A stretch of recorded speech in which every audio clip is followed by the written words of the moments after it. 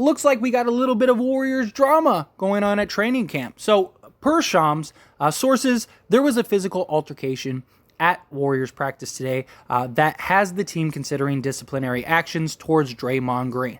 And the person that Draymond apparently had the physical altercation with is Jordan Poole.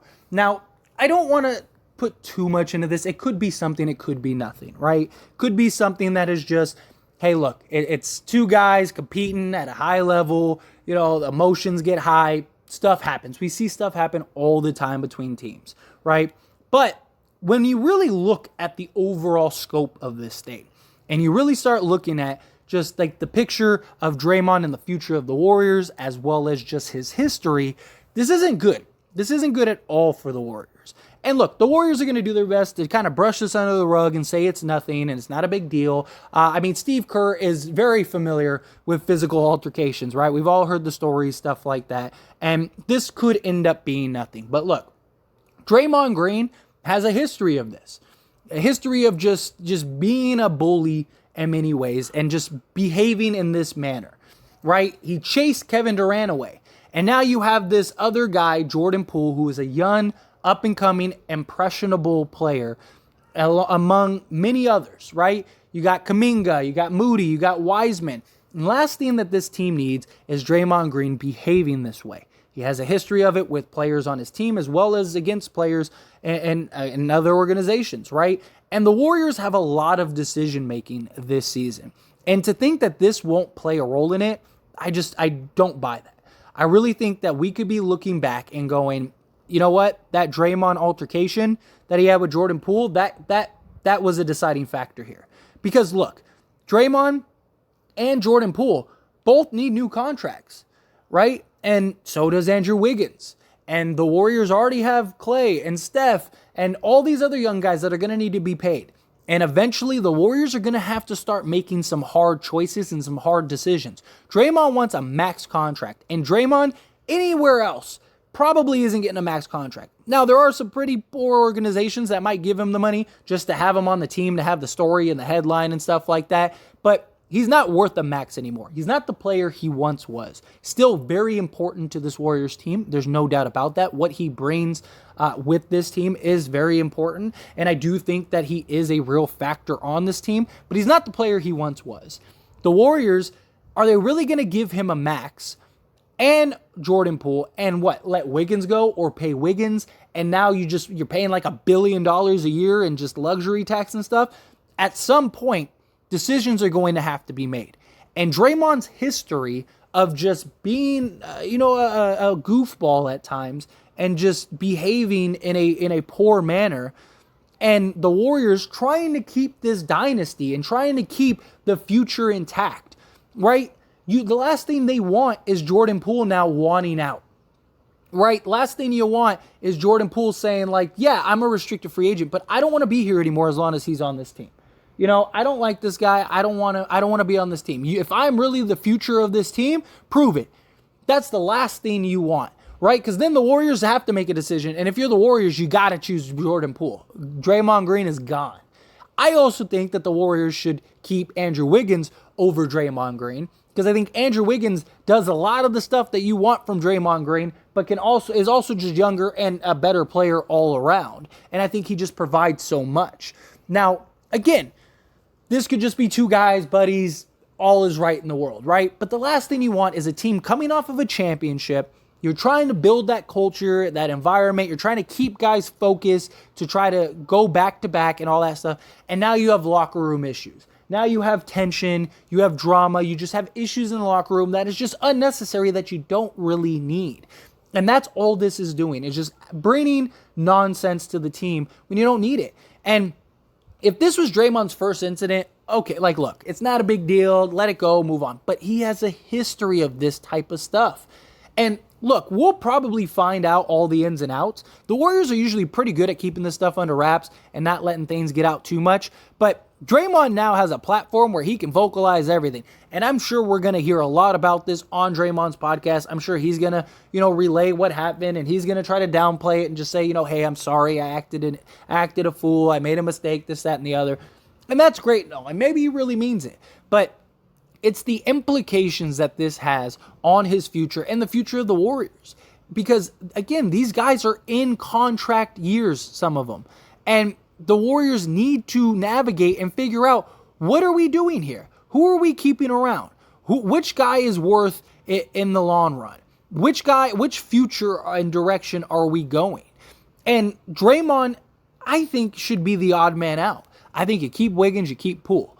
I think those are the guys you keep, along with Steph and Clay. You got Wiseman now. You hope that he becomes something. You got Kuminga, who could kind of play the Draymond role if need be, and he looks like an absolute stud. He might even be a better version of Draymond, given what Draymond can do for this team. Yes, you lose that sort of just that constant presence of Draymond, and it is nice to have that pit bull, that a-hole, right? Every good team has that to a degree, right? I mean, think of Dennis Rodman with the Bulls, the guy that'll punch the other player in the mouth and stuff. And Draymond is great in that regard. But when it starts really affecting the team and it really starts hurting guys, especially with a young core intact, it's not what you need. If this was a bunch of veterans, if this was a bunch of, if this was the Warriors several years ago, you got Andrew Bogut, you got Andre Iguodala, you got Sean Livingston, you got your team is basically a majority of just old veteran savvy guys that understand, look, this is nothing, this isn't a big deal, let them kill each other and, we'll move on. But that's not what this is. You got a lot of very young, impressionable players that are looking at Draymond and his antics and just, that's an example. He's supposed to be a leader. He's supposed to be somebody that is setting an example in the pace and the tone every night for this Warriors team. And when you see him behave that way, that's not good. And I'm telling you, in hindsight, if they let him go or they trade him or whatever, which could happen this offseason, right? If he's no longer on the team after this year, that could end up we could look back at this and go, that was a huge factor. Because, again, he chased away Kevin Durant. Now, there were other elements, I'm sure, in it, but I think Kevin Durant would have stayed if Draymond didn't treat him the way he did. Kevin Durant felt spited, and plus you had the owner say his thing where he's just like, oh yeah, kind of jokes that they don't need Kevin Durant. And then you have Draymond in his face kind of reiterating that. It's just unnecessary drama. And look, I'm not saying that these two teams are comparable, but look at the Lakers last year as look at what happened with Anthony Davis and Dwight Howard on the bench. Now, again, two different situations, two completely different teams, two completely different cultures, stuff like that. I understand that. But big red flag as to the way that this team, or that team performed leading into the season. Now, I don't think it's going to be that bad. I don't think it's going to be that bad of a disaster. But, we could look, if this season doesn't go the way that they want it to, and there continues to be drama, and there continues to be things that are happening behind the scenes, this could be that moment where it's like, yeah, remember when Draymond did that? Remember how that was the first signs of showing the cracks in the Warriors, and that was the first signs of showing, that this season wasn't going to go the way that they wanted it to? That could happen, and that's what I mean by that, is that, in comparison, it's not a good look. It's not what you want to see. And this is not what the Warriors want to see Draymond behave and act like. Especially in a contract year. And Draymond is just, it's silliness. You're trying to get a max contract. You're trying to prove that you deserve this money. You're trying to be this guy. You're trying to transition into your older years and older role and stuff. And you go and do a knucklehead move like this. And it's like, and then you still expect the Warriors to give you the money that you deserve because, you feel like you've been here. Look, it's a business. And not only is it a business, but the Warriors need to put the best team with the best players out there night in and night out. What is the best team with the best players?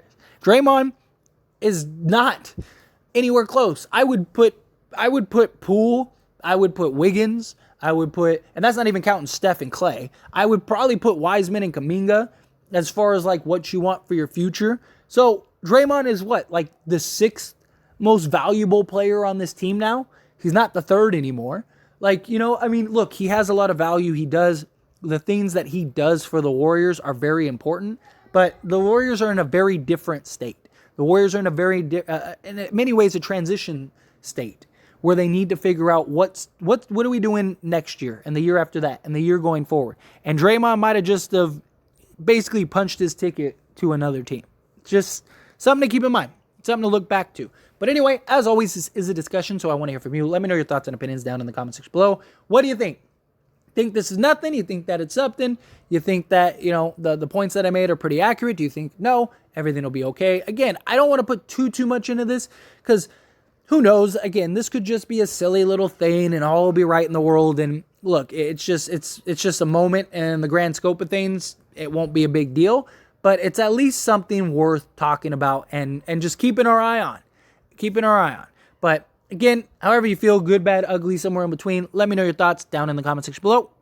Quick little shameless plug, go subscribe to my second channel, link down in the description below. As it stands, Lakers, I am a diehard Laker fan. I love talking Lakers. I could talk Lakers all day, just like I could talk about all sports all day. And I'm sure many of you watching to this point enjoy my commentary, enjoy these discussions. So go check out the Lakers channel. Even if you're not a Laker fan and you just like hearing me talk about stuff in basketball, go over there and subscribe. I'll link down in the description below. I promise you won't be disappointed. That being said, hit that like button. Helps me out a lot. Lets me know you enjoy these types of videos, and I truly appreciate it. If you're not subscribed to the channel, hit that subscribe button, followed by the bell notification. Stay up to date with all things sports. Join this wonderful community and all of our discussions. I'll see you all in the next one. Thank you.